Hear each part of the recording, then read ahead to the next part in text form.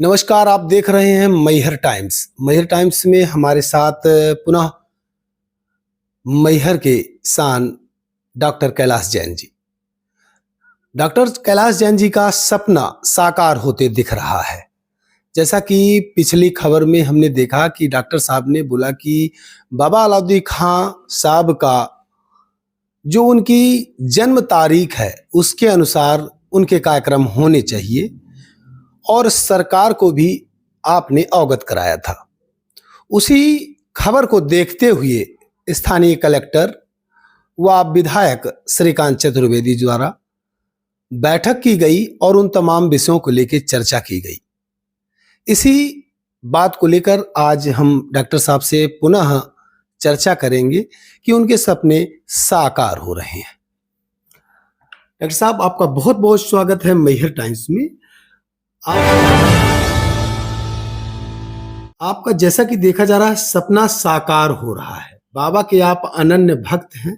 लगातार कई वर्षों से काफी परिश्रम करते हुए इतने बड़े बड़े आयोजन मैहर को दे रहे हैं। आप क्या कहना चाहेंगे इस आपके सपने को साकार होते देख? तो मैं आपको बता दूं कि बाबा अलाउद्दीन खां से संगीत समारोह जो है कि मध्य प्रदेश शासन के संस्कृति विभाग उस्ताद अलाउद्दीन खां कला अकादमी द्वारा आयोजित होता है और यहाँ पर स्थानीय समिति है जिसके अध्यक्ष हमारे कलेक्टर होते हैं।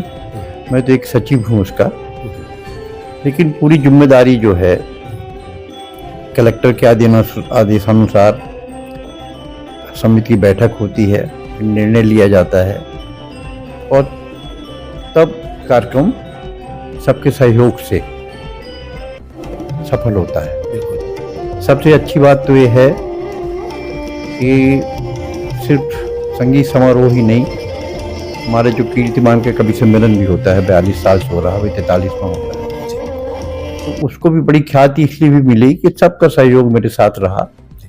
और माँ शारदा की नगरी, अब उनके अनन्य भक्त होते हैं जो कवि लोग होते हैं, उनके ही तो ज्ञानवर्धन से उनका काम होता है। बिल्कुल। और फिर बाबा तो वैसे भी माँ शारदा के भक्त रहे हैं जी। तो मैंने बताया था कि जैसे 5 समय के नमाजी होने के अलावा वो माँ की वंदना में भी पीछे नहीं हटते थे। उस्ताद अली अकबर खां जब मैहर आते थे तो मैं ही उनको स्टेशन में लेने जाता था।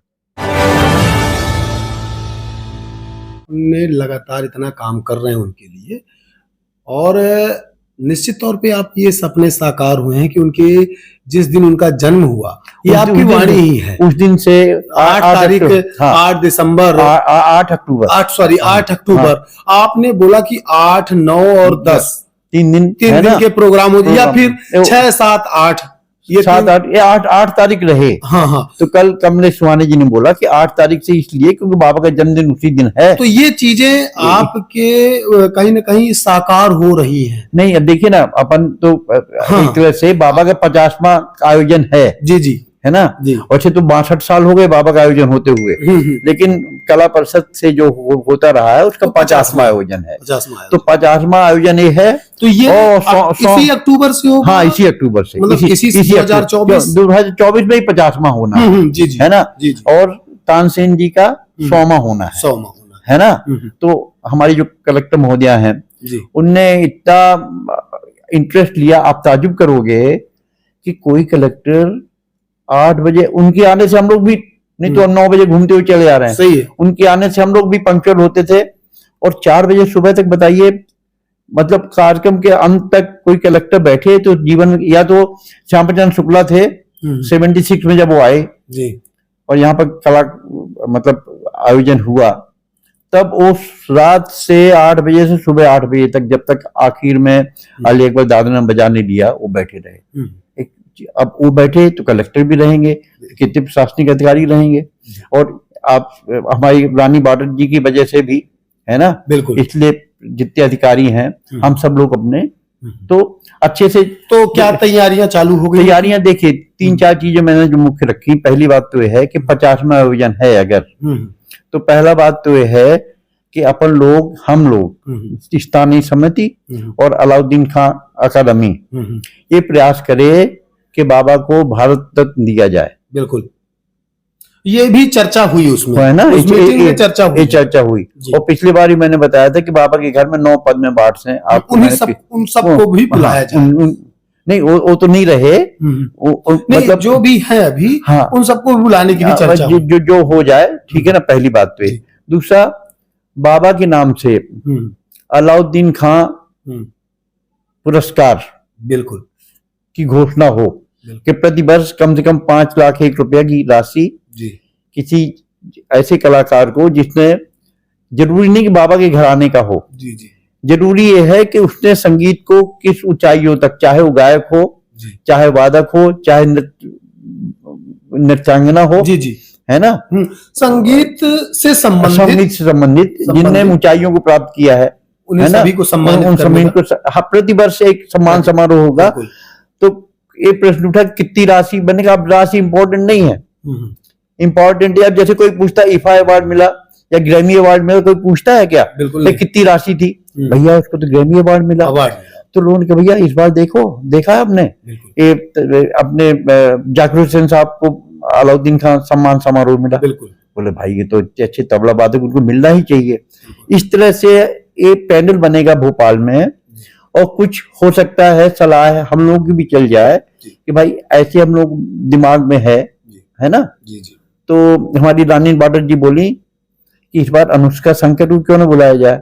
पंडित रविशंकर की बाबा की नातिन है ना। फिर आशीष खां साहब हैं, तमाम ये सभी उस्ताद हैं, वो अली अकबर खां के बेटे हैं। सभी रत्नों की चर्चा हुई है ना। अभी अपने जाकिर हुसैन साहब को क्यों ना दिया। तो ऐसे करके जो भी है ना, इस घराने से संबंधित हो या ना हो, ठीक है ना। अमजद खान साहब, उनके बेटे, बिल्कुल, और अनेक अलग अलग विधाओं में इतने अच्छे बड़े बड़े गायक हैं। अभी उन सबको बोल करके एक एक करके जो है अपनी एक परंपरा हो जाएगी कि अलाउद्दीन खां संगीत समारोह में अलाउद्दीन खां सम्मान में दिया शिरकत हुए और हाँ, वो उनका सम्मान हुआ। जैसे आयोजन तो अब नजदीक ही है। हमारे यहाँ जो संगीत महाविद्यालय है जी, उसके बारे में अगर चर्चा की जाए तो बहुत पीछे हट हो रहा है। वो वहाँ के जो टीचर अध्यापक हैं, देखिए इस बात की चर्चा है इसी साल जी हमारे माननीय भी कुछ सांसद गणेश सिंह जी ने, और इस बार पहली बार हुआ अपने विधायक महोदय श्रीकांत जी ने पहली बार हुआ इतने साल के उसमें कि कोई डायरेक्टर खुद श्रीकांत जी ने कह दिया कि मीटिंग अगर होगी तो आपको वहां से आना पड़ेगा जी। हम ऐसे अधिकारी को बुलाना चाहते हैं जो तुरंत निर्णय ले सके, और ऐसा हुआ भी। जब 27 तारीख को मीटिंग हुई और वहां लिखा वो 2, 3, 4 को संगीत समारोह, मैंने कहा आज 27 तारीख है, 28, 29, 1 3 दिन में समारोह आप कराएंगे, मैं तो इसमें नहीं हूं, आप मेरा इस्तीफा दे लो। तो बोले आचार संहिता लग जाएगी 10 से। तो मैंने कहा 7, 8, 9 करो। तुरंत हमारी कलेक्टर महोदया श्रीमती रानी बाडर जी और श्रीकांत भैया और कमलेश सुहाने जी, इन्हें तुरंत तालियां बजा कर दिया कि 7, 8, 9 ही रखेंगे, और फिर रखा भी गया। तो कम से कम 7, 8 दिन का समय मिला। इससे भी अच्छा हो सकता था अगर समय मिलता तो, क्योंकि एकदम से कलाकारों को आने जाने की व्यवस्था पहले से कहाँ से बुक है कहाँ नहीं है, ये सब करके, है ना। आज से आचार संहिता लागू हो गई। 23 मई तक चुनाव हो जाएंगे, नए लोग आएंगे, नया काम होगा। भोपाल में क्या चेंज होने हैं क्या। तो अपन ये मान के चले कि जून के फर्स्ट वीक से अपन पहली मीटिंग रखें। जून, जुलाई, अगस्त, इन 3 महीनों में अपन देखें कि अपन कौन कौन से ऐसे रत्न हैं संगीत में, है ना। जैसे परवीन सुल्ताना जी गायकी में है, सुबह मुदगल जी हैं, है ना। ऐसे लोगों को हम बुला पाए। ये सवाल इसलिए है आपके साथ क्योंकि संगीत मैहर को संगीत के नाम से जानने के लिए उस्ताद बाबा अलाउद्दीन खां को बहुत मेहनत करनी पड़ी, बचपन से उनको घर से निकलना पड़ा। मैहर आज माँ शारदा के नाम से तो जानता ही है, लेकिन संगीत के नाम से भी जाना जाता है। के संगीत तो पटल जब में यहाँ से इतना बड़ा विशाल बरगद का वृक्ष जन्म लिया, संगीत की उपज हुई यहाँ। ब्रजनाथ सिंह जुदेव ने बुलाया बाबा को। जी जी, हाँ, संगीत की उपज हुई।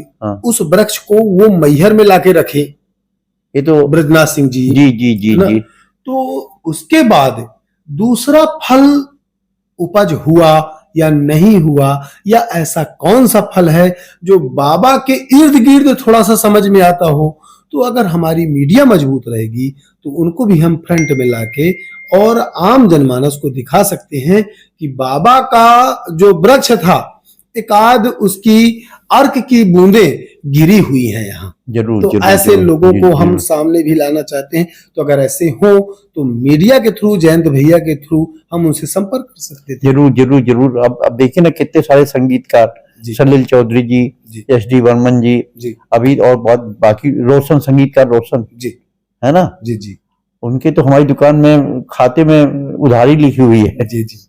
तब की बात है। तो कोई जब रविशंकर जी आए जी, क्योंकि जैसे आप हैं जी, अभी चारों तरफ जिला नहीं, मध्य प्रदेश, मैं ज्यादा दूर की बात नहीं करता, मध्य प्रदेश पूरा यही जानता है कि मैहर की कोई एक केसी जैन डॉक्टर साहब हैं जो आज भी वर्कआउट उसी तरह कर रहे हैं, उसी तरह मरीजों को डील कर रहे हैं जिस तरह कभी वो युवा हुआ करते थे।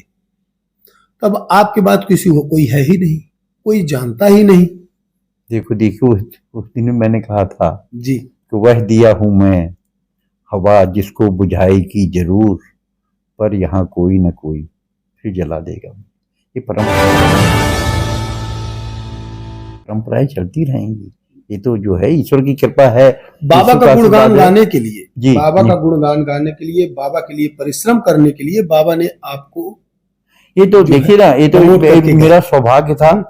ऐसा और कोई है सौभाग्यशाली जो आपके साथ, आपके पीछे आपकी गाथा को, अब हमारी गाथा आप ही गा रहे हो तो मैं हम तो मैं आम जनमानस को ये बिल्कुल बताना चाहूंगा कि अभी डॉक्टर साहब जैसे इतना बेहतरीन डॉक्टर और इस उम्र में भी बिल्कुल यंग लग रहे हैं, इनकी मेहनत बिल्कुल यंग है, तो अभी इनके बाद कोई अभी मेरे को दिख नहीं रहा, तो मैं कैसे कह सकता हूँ। नहीं देखिए, फिर से बताऊं, माँ शारदा ने, ईश्वर ने मेरी काबिलियत का जो इनाम होना चाहिए उसे 100 गुना ज्यादा दिया है मुझे, मेरी औकात से 100 गुना ज्यादा दिया है। जी, मैं ईमानदारी से कह रहा हूँ, जिस तरह आप मुझे समझते हो मैं उतना बड़ा नहीं हूँ। वो आप ये मैं नहीं जा रहा हूँ, मेरे पूरे व्यूअर्स, मेरे पूरी ऑडियंस और क्षेत्र की जनता नहीं, सबको पूरा भारतवर्ष जानता है आपको। सबको प्रणाम करता हूँ जी, और जितना मुझसे बन सका।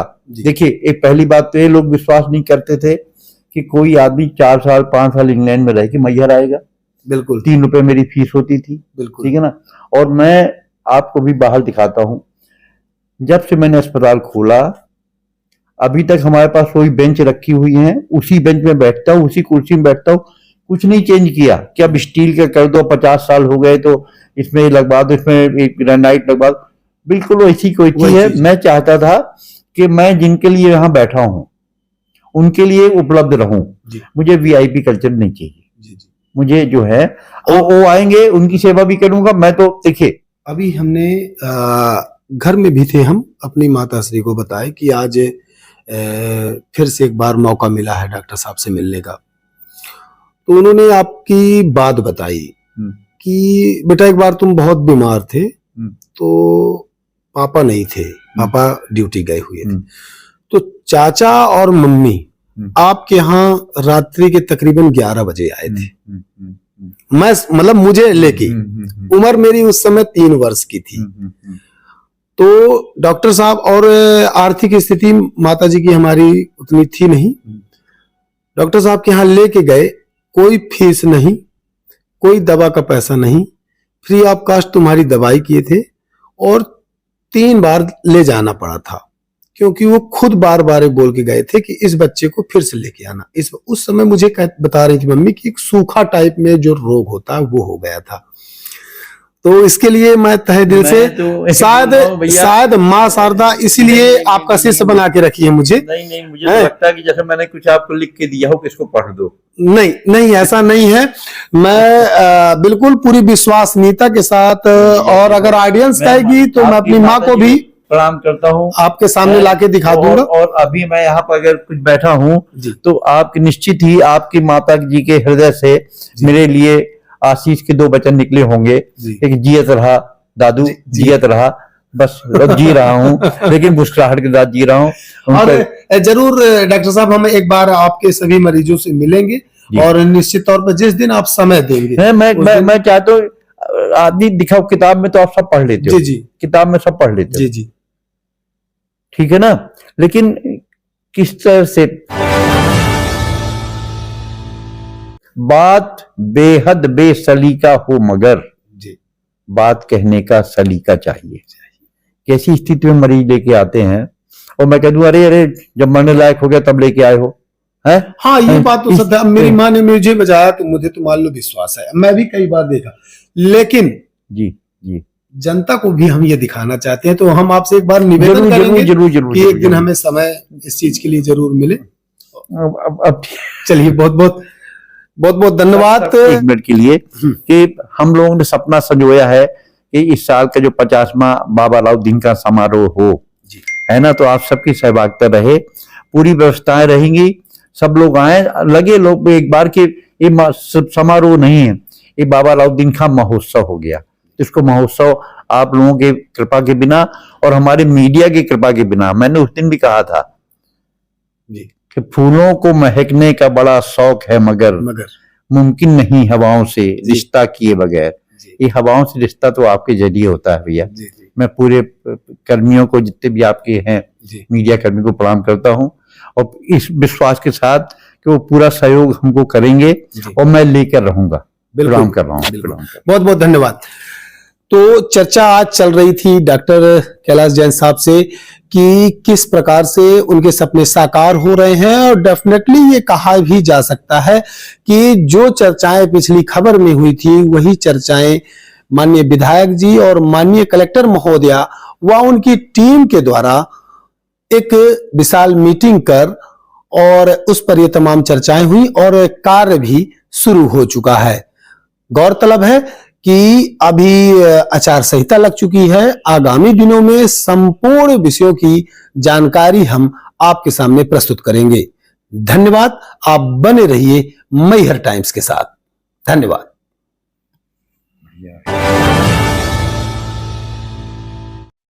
यदि हमारी खबरें पूर्ण विश्वसनीयता के साथ प्रसारित हो रही हैं और आपको यह महसूस हो रहा है कि हम देश हित जनहित की सेवा में तत्पर हैं, तो मैहर टाइम्स चैनल को लाइक करें, सब्सक्राइब करें और शेयर करें। हमारे साथ जुड़िए ताकि यह चैनल विश्वविख्यात बन सके और आम जनमानस की आवाज को बुलंदियों के साथ उठा सके। धन्यवाद। हमारे साथ बने रहने के लिए बहुत धन्यवाद।